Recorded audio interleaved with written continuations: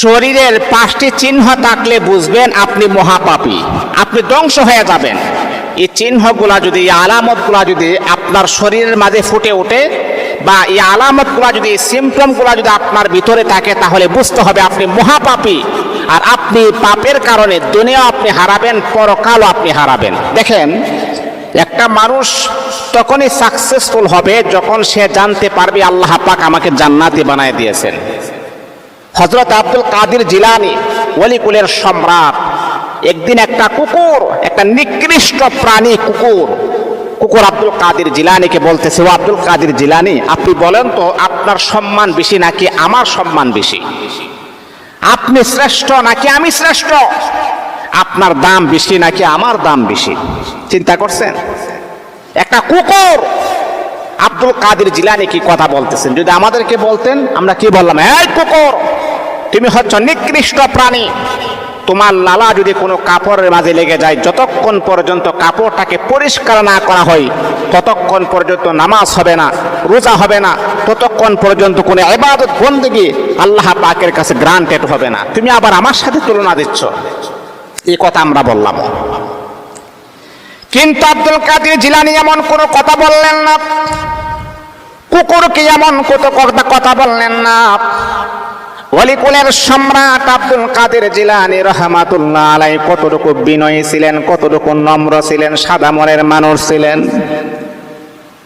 আব্দুল কাদের জিলানীর কুকুর যখন এমন প্রশ্ন করার পরে আব্দুল কাদের জিলানী বলতেছে, কুকুর, আমি জানি না আমার সম্মান বেশি নাকি তোমার সম্মান বেশি, কিন্তু হ্যাঁ কুকুর, শোনো, আমি যখন পৃথিবীর জমিন থেকে যখন বিদায় হয়ে যাব, আমাকে যখন কবরস্থ করা হবে, কবরের ভিতরে যখন আমাকে প্রশ্ন করা হবে, আমি যখন প্রশ্নের জবাব দিতে পারবো, যখন আল্লাহ পাক রব্বুল আলামিন যখন ঘোষণা করবেন আমি জান্নাতি, তাহলে বোঝা গেল তোমার মতো কুকুরের চাইতে 1000 কোটি গুণ বেশি আমি আব্দুল কাদের জিলানীর সম্মান বাড়াইয়া দিয়েছেন।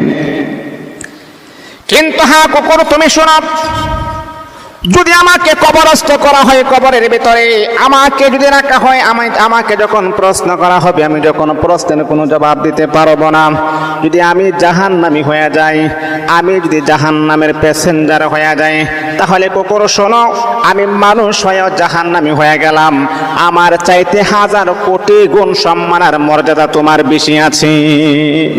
কারণ মানুষ হচ্ছে শ্রেষ্ঠ জাতি, আর মানুষ শ্রেষ্ঠ জায়গাতে যেতে হবে। যদি মনে করেন আমি জাহান্নামী হয়ে যাই, তাহলে আমার চাইতে নিকৃষ্ট আর আমার চাইতে বদ খারাপ লোক আল্লাহর জমিনের ভিতর আর কেউ হতে পারে না। আমি আব্দুল কাদের জিলানীর চাইতে কুকুর, তোমার সম্মানই বেশি হবে। এই জন্য মোহতারাম হাজিরিন, এই জন্যে আমাদের শরীরের মাঝে যদি এই 5টি চিহ্ন থাকে, তাহলে বুঝতে হবে আমি মহাপাপী। আমার মতো পাপী দুনিয়ার জমিনের ভিতরে আর কেউ হতে পারে না। 1 নাম্বার হচ্ছে, গুনাহ করার কারণে চেহারাটা কালো হয়ে যায়। মানুষ যখন গুনাহ করে তখন তার চেহারার মাঝে গুনাহটা ফুটে ওঠে। গুনাহ করার কারণে চেহারা কালো হয়ে যায়, তারপরও আল্লাহ তাআলার এই খবিস বান্দা তওবা করে না। তওবা না করে যদি আপনি মারা যান, তাহলে আপনি সোজা আল্লাহর জাহান্নামী হয়ে যাবেন। নাউযুবিল্লাহি মিন যালিক। মানুষ যখন গুনাহ করে তখন দেখবেন তার চেহারার মাঝে একটা আবরণ পড়ে যায়, একটা পর্দা পড়ে যায়, চেহারাটা কালো হয়ে যায়, চেহারার গ্লেজ নষ্ট হয়ে যায়, চেহারার সৌন্দর্য নষ্ট হয়ে যায়। একটা মানুষ যতই কালো থাকুক না কেন, যদি সে 5 ওয়াক্ত নামাজ পড়ে, নেক আমল করে, মানুষটার চেহারা যদিও কালো থাকুক না কেন, তারপরে কিন্তু তার চেহারার ভিতরে আল্লাহ পাক এক প্রদত্ত নিয়ামত দান করেন। তার চেহারার মাঝে একটা নূর চলে আসে, মানুষ তাকে দেখলে মোহাব্বত করতে মন চায়, মানুষ তাকে দেখলে ভালোবাসতে মন চায়। আর একটা মানুষ দেখবেন সুন্দর মানুষ কিন্তু নামাজ পড়ে না, খারাপ কাজ করে, গুনাহের কাজ করে, আল্লাহ পাক রব্বুল আলামিন তার চেহারার ভিতর থেকে আমার আল্লাহ নূর আর মোহাব্বত আমার আল্লাহ তার চেহারা থেকে উঠায়া নিবে। চেহারা সুন্দর হতে পারে, কিন্তু তার চেহারার ভিতরে আল্লাহ প্রদত্ত নিয়ামত নূর তার চেহারার মাঝে আপনি পাবেন না। এই জন্য এই সিমটম, এই আলামত যদি আপনার চেহারার মাঝে ফুটে ওঠে, তাহলে আপনি মহাপাপী, আপনি ধ্বংস হয়ে যাবেন, দুনিয়া আপনি হারাবেন, পরকালে আপনি মুক্তি পাবেন না। 2 নাম্বার হচ্ছে, গুনাহ করার কারণে তার কাছে নামাজ ভালো লাগে না। তার কাছে কোরআন তেলাওয়াত ভালো লাগে না, তার কাছে জিকির আজকার ভালো লাগে না, তার কাছে ভালো জিনিস ভালো লাগে না, মসজিদের মিনারের আজান তার কাছে ভালো লাগে না, ওয়াজ মাহফিল তার কাছে ভালো লাগে না, তার কাছে ভালো লাগে নাচ গান, তার কাছে ভালো লাগে নাটক সিনেমা, তার কাছে ভালো লাগে পর্নোগ্রাফি। ভালো জিনিস তার কাছে ভালো লাগবে না, তার অন্তরটা একদম অন্ধকার হয়ে গেছে। মসজিদের মিনার থেকে যখন আজান হবে তার কাছে ভালো লাগবে না, এমনকি নামাজও তার কাছে ভালো লাগবে না, কোরআন তেলাওয়াতও তার কাছে ভালো লাগবে না, ভালো জিনিস তার কাছে ভালো লাগবে না, কারণ তার অন্তরটা অন্ধকার হয়ে গেছে। আল্লাহ পাক রব্বুল আলামিন কোরআনুল হাকিমের ভিতরে আমার আল্লাহ বলেন, খাতামাল্লাহু আলা কুলুবিহিম, আল্লাহ পাক রব্বুল আলামিন তার কলবের ভিতরে আমার আল্লাহ মোহর মেরে দিয়েছেন। এই কলব দ্বারা কখনো ভালো জিনিস সে উপলব্ধি করতে পারবে না, তার কাছে ভালো লাগবে না, কারণ সে পাপের ভিতরে হাবুডাবু খাচ্ছে। তাহলে কিভাবে তার কাছে ভালো লাগবে? 3 নাম্বার হচ্ছে গুনাহ করার কারণে আপনার চোখ দ্বারা কখনো পানি বের হবে না। মানুষ যখন গুনাহ করে তখন তার অন্তর থেকে আখেরাতের যে ভয়ভীতি, জাহান্নামের যে ভয়ভীতি তার কাছ থেকে আল্লাহ পাক উঠায় নেই, তার কাছে আর তার চোখ দ্বারা পানি আসে না। দেখবেন অনেক গুনাহগার ব্যক্তি, দেখবেন মা মারা গেছে, বাপ মারা গেছে, মানুষ কান্নাকাটি করতেছে, কিন্তু আল্লাহর বান্দার চোখ দ্বারা পানি বের হয় না। কেন জানেন? সে যে গুনাহ করে, এই গুনাহ তার বাস্তব প্রমাণ, তার চোখ দ্বারা পানি বের করতে পারে না। আরে আল্লাহ তাআলার বান্দা, আমার আপনার দয়াল নবী বড় সুন্দর করে বলেন, পৃথিবীর মানুষেরা তোমরা যখন আল্লাহ পাক রব্বুল আলামিনের কাছে যখন কোনো কিছুই যখন তোমরা চাইবা, তখন চোখের পানি ছেড়ে দিয়া রোনাজারি করবা। আল্লাহ পাক রব্বুল আলামিন বান্দার চোখের পানি সবচাইতে বেশি আমার আল্লাহ কবুল করেন। আল্লাহ বলে, বান্দারে তুমি যখন চোখের পানি ছেড়ে দিয়া যখন আমি আল্লাহ পাকের কাছে যে কোনো জিনিস চাও, আমি আল্লাহ তোমাকে দেওয়ার জন্য প্রস্তুত হয়ে যায়। আরে বান্দা, দুনিয়ার সব কিছু আমি আল্লাহ সহ্য করতে পারি রে বান্দা, কিন্তু তোমার চোখের পানি আমি আল্লাহ সহ্য করতে পারি না।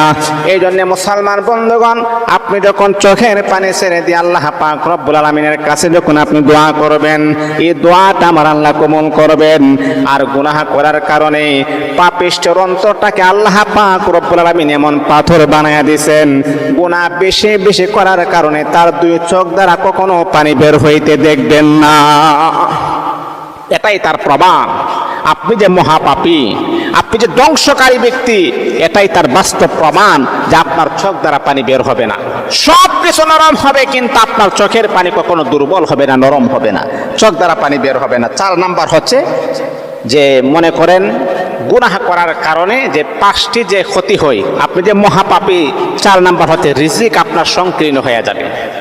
আপনার রিজিক প্রশস্ত ছিল, কিন্তু গুনাহ করার কারণে আপনার রিজিকটাকে আমার আল্লাহ সংকীর্ণ করে দিবেন।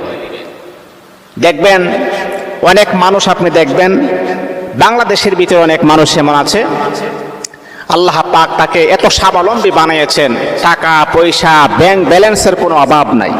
আসলে এমন মানুষ আছে, কিন্তু ধরা পড়েছে কি ডায়াবেটিস, গরুর গোশত খাইতে পারে না, তারপর বিভিন্ন সুস্বাদু খাবার খাইতে পারে না, ডাক্তার নিষেধ করেছেন। আসলে ডাক্তার তো নিষেধ করেন নাই, তার রিজিকটাকে আমরা আল্লাহ সংকীর্ণ করে দিয়েছেন। তার রিজিক শেষ, রিজিক সংকীর্ণ হয়ে গেছে। আপনি যা মন চাই তা খাওয়ার মতো ক্ষমতা আল্লাহ পাক আপনাকে দিয়েছেন, তারপর আপনি খাইতে পারেন না। ডাক্তার নিষেধ করেছেন, যদি আপনি খান তাহলে আপনি ইন্তেকাল করবেন, আপনার বড় ধরনের রোগ হওয়ার সম্ভাবনা রয়েছে, আপনি পৃথিবীর থেকে বিদায় হয়ে যাওয়ার সম্ভাবনা রয়েছে। এই ভয়ে, এই ডরে এই ভালো জিনিস খাওয়ার মতো তার তৌফিক হয় না। এর মানে হচ্ছে তার রিজিক সংকীর্ণ হয়ে গেছে। এই জন্য মুসলমান বন্ধুগণ, আমি আপনি যদি পাপের কাজ যদি ছেড়ে দিই, তাহলে আল্লাহ পাক রিজিক কখনো সংকীর্ণ করবে না, রিজিক আমার আল্লাহ প্রশস্ত করে দিবেন। একটা রিস্কাওয়ালা দেখবেন দিন আনে দিন খাই, ডাক্তারের কাছে দেখাইছে, ডাক্তার বলছে যা পারো তুমি তা খাও, তোমার জন্য কোনো বাধা নাই। আছে না এমন? এর চাইতে আর ভালো কি হতে পারে? স্বাস্থ্য সুস্থ থাকা এর চাইতে বড় নিয়ামত আর কি হতে পারে? মুহতারাম হাজিরিন, 5 নাম্বার হচ্ছে সবাই গুনাহ করার কারণে সবাই একটা পাপীকে সবাই ঘৃণা করে, পাপিষ্ঠ ব্যক্তিকে সবাই ঘৃণা করে। কেউ কিন্তু ভালো চোখে পাপিষ্ঠ ব্যক্তিকে দেখে না, সবাই তাকে ঘৃণা করে। একটা মানুষ প্রকাশ্যে গুনাহের কাজ করে, যদিও সামনাসামনি আপনার প্রশংসা করে, কিন্তু তাকে আপনি মন থেকে তাকে ঘৃণা করে।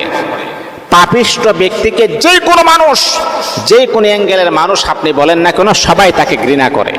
এই জন্য মুসলমান বন্ধুগণ, পাপ মানুষকে কখনো মুক্তি দিতে পারে না। পাপ মানুষকে ধ্বংস করে দেয়, দুনিয়াও ধ্বংস করে দেয়, পরকালও ধ্বংস করে দেয়। আপনি জাহান্নামের আসামি হয়ে যাবেন। এখনো সময় আছে, যেহেতু আপনি পাপের কাজ করে ফেলেছেন, আল্লাহ পাকের কাছে তওবা করুন, আল্লাহ পাকের কাছে ফিরে আসুন। আমার আল্লাহ আপনার গুনাহকে ক্ষমা করুন।